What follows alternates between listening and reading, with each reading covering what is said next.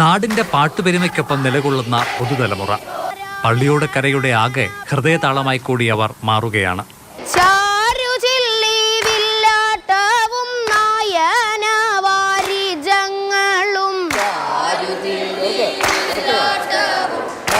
വിവര സാങ്കേതിക വിദ്യയിൽ ഇവിടുത്തെ കുട്ടികൾ നാട്ടുകാർക്ക് അധ്യാപകരും കൂടിയാണ്.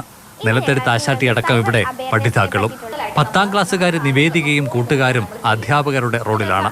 കമ്പ്യൂട്ടറിനെ കുറിച്ച് വലിയ വിവരങ്ങളൊന്നും ഇല്ലായിരുന്നു. ഇവിടെ വന്ന് ഈ കുഞ്ഞുങ്ങളെ പഠിപ്പിച്ചപ്പോൾ കുറച്ചൊക്കെ മലയാള അക്ഷരമൊക്കെ ടൈപ്പ് ചെയ്യാൻ അല്പമൊക്കെ സാധിച്ചു. വീട്ടമ്മമാർ, കുടുംബശ്രീ പ്രവർത്തകർ തുടങ്ങി സമൂഹത്തിന്റെ വിവിധ മേഖലകളിൽ നിന്നുള്ളവരെ സ്കൂളിലെ ലിറ്റിൽ കൈറ്റ്സ് പദ്ധതിയുടെ ഭാഗമാക്കി. സ്കൂൾ പാർലമെന്റ് ഇലക്ഷന് വോട്ട് ചെയ്യാൻ ഇലക്ട്രോണിക് മെഷീൻ ഇവിടുത്തെ കുട്ടികൾ വികസിപ്പിച്ചെടുത്തു.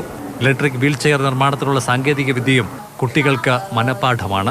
കഴിഞ്ഞ വർഷത്തെ ലിറ്റിൽ കൈറ്റ്സ് യൂണിറ്റ് ഡെവലപ്പ് ചെയ്ത ഒരു ഇലക്ട്രോണിക് വീൽ ചെയറാണ്. ഇതിനകത്ത് ആർഡിനോയും നമ്മൾ ഗിയർ മോട്ടറുകളും ജോയ്സ്റ്റിക്കും ഉപയോഗിച്ച് വർക്ക് ചെയ്യുന്ന രീതിയിലാണ് വീൽ ചെയറിൻ്റെ ഈ ഒരു മോഡൽ ഡിസൈൻ ചെയ്തിരിക്കുന്നത്.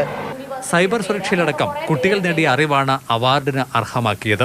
ഓൺലൈൻ പണമിടപാട് ബോധവൽക്കരണം, ഗ്രാമീണ ലൈബ്രറികളുടെ ഡിജിറ്റലൈസേഷൻ, അങ്ങനെ പോകുന്നു സാമൂഹിക ഇടപെടലുകൾ. വീഡിയോഗ്രാഫിയിലും പേപ്പർ ബാഗ് നിർമ്മാണത്തിലും പരിശീലനവും നൽകുന്നുണ്ട്.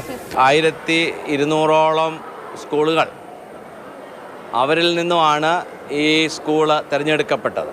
ഇടയാറുമുളയ്ക്ക് തന്നെ, ഈ ദേശത്തിന് തന്നെ വലിയ അനുഗ്രഹമാണ്. ഈ കുട്ടികൾക്ക് ലഭിക്കുന്ന ടെക്നോളജി അവരിൽ ഒതുങ്ങി നിൽക്കാതെ സമൂഹത്തിലേക്ക് ഇത് പ്രതിഫലിപ്പിക്കുന്നതിൻ്റെ ഒരു അംഗീകാരം കൂടിയാണ് ഞങ്ങൾക്ക് ഈ അവാർഡ് ലഭിച്ചത്.